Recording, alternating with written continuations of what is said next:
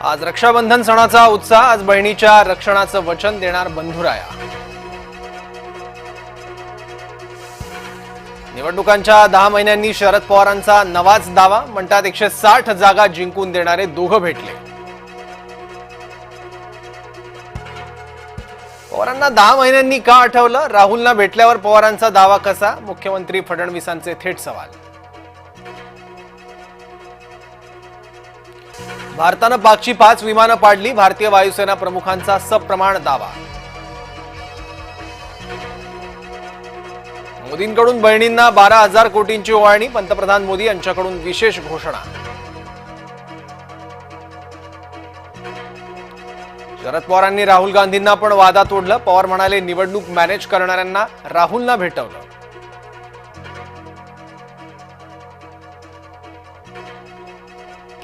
वाल्मिक कराड समर्थकांची दादागिरी। वाल्मिकच्या विरोधात सोशल मीडियावर पोस्ट केल्यानं संताप। दमदाटी करत तरुणांना माफी मागायला लावली।